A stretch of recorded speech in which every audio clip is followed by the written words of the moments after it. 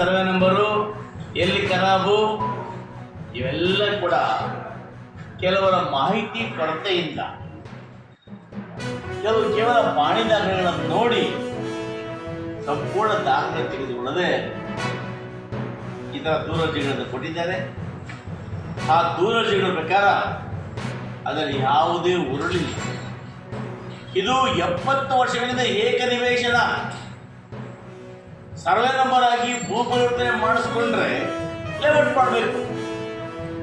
Is all property. ಒಂದು site ಇದು, ಒಂದು ಸೈಟಿಂದ 10 ಜನ ಮಕ್ಕಳಿಗೆ ಹಂಚ್ಕೋಬೇಕಂದ್ರೆ ಸರ್ಕಾರ ಕಾನೂನು ಮಾಡಿದೆ. ಆ ಕಾನೂನಂತೆ ಯಾವುದೇ ಭೂ ಪರಿವರ್ತನೆ ಇಲ್ಲ. ಮತ್ತು ಮುಖ್ಯಾಧಿಕಾರ ಸ್ಪಷ್ಟವಾದ ನಿರ್ದೇಶನ ಇದೆ. ಆ ನಿರ್ದೇಶನದಂತೆ ಏನು ಆ ಸರ್ಕ್ಯುಲರಲ್ಲಿ ಯುಡಿಡಿ ಕೊಡಿರ್ತಕ್ಕಂಥ 20ನೇ ಸರ್ಕ್ಯುಲರಲ್ಲಿ ಇರ್ತಕ್ಕಂಥ ನಿಯಮಗಳನ್ನು ಅಳವಡಿಸಿಕೊಂಡು ಅದನ್ನು ಏನು ಹೇಳಿದ್ದಾರೆ, 30 ರಸ್ತೆ ಇರಬೇಕು ಅಂತ ಹೇಳಿದ್ದಾರೆ. ಪ್ರತಿಯೊಂದು ವಿಂಗಡಿಸ್ತಕ್ಕಂಥ ಪ್ರತಿಯೊಂದು ಭಾಗ ಕೂಡ ಸಂಪರ್ಕ ರಸ್ತೆ ಇಡಬೇಕು ಅಂತ ಹೇಳಿದ್ದಾರೆ. ಇವೆಲ್ಲವನ್ನು ಕೂಡ ಸ್ಥಳ ಪರಿಶೀಲನೆ ಮಾಡಿಕೊಂಡು ಸಾರ್ವಜನಿಕ ಅನುಕೂಲಕ್ಕಾಗಿ ಯೋಗ್ಯ ಇದೆಯಾ ಅಂತ ಪರಿಶೀಲನೆ ಮಾಡಿಕೊಂಡು ಆಫ್ಲೈ ಮಾಡತಕ್ಕಂಥದ್ದನ್ನು ಇವತ್ತು ಪುರಸಭೆ ಕೊಟ್ಟಿದೆ. ಹಾಗಾಗಿ ಏನು ಪಾಪ ಭಾಳ ಜನ ಆಪಾದನೆ ಮಾಡ್ತಾರೆ, ಇಲ್ಲಿಂದ ಕೋಲಾರಿಂದ ಬರ್ತಾರೆ, ಬೆಂಗಳೂರಿಂದ ಬರ್ತಾರೆ, ಇಲ್ಲಿ ದಲಿತ ಸಂಘ ಸಮಸ್ಯೆ ಅಂತ ಹೇಳ್ತಾರೆ. ಸ್ವಾಮಿ, ಅರ್ಜಿ ಅಂತ ನನಗೂ ಕೂಡ ಸಂಪೂರ್ಣವಾಗಿ ಗೊತ್ತಿರಲಿಲ್ಲ. ಇವತ್ತು ಬಂದು ಕಡತ ಪರಿಶೀಲನೆ ಮಾಡಿದ ಮೇಲೆ ನನ್ನ ಗಮನಕ್ಕೆ ಬಂದಿದ್ದನ್ನು ನಾನಿವತ್ತು ಅನಗತ್ಯವಾಗಿ ಒಂದು ವಸ್ತು ತಿಳಿದುಕೊಳ್ಳದೆ ಯಾವುದೇ ಕಾರಣಕ್ಕೂ ಕೂಡ ಪ್ರಚೋದನೆಯಿಂದ ಮಾಡತಕ್ಕಂಥ ಕೆಲಸವನ್ನು ಮಾಡಬೇಡಿ. ಬೇಕಾದರೆ ಎಲ್ಲ ದಾಖಲೆಗಳನ್ನು ಪರಿಶೀಲನೆ ಮಾಡ್ಬೋದು. ಪುರಸಭೆಯಲ್ಲಿ ಎಲ್ಲ ದಾಖಲೆಗಳು ಲಭ್ಯ ಇದ್ದಾವೆ.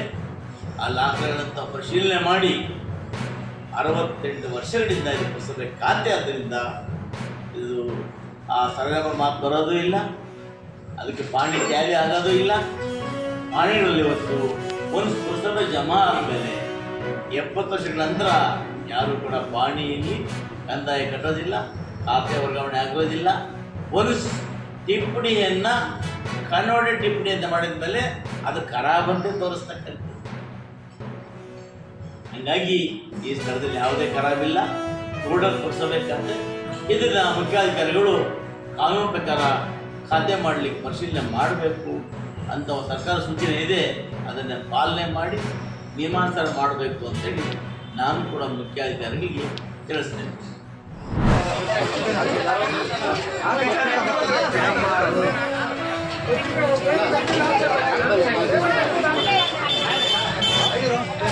ಎಷ್ಟು ಮಗ 500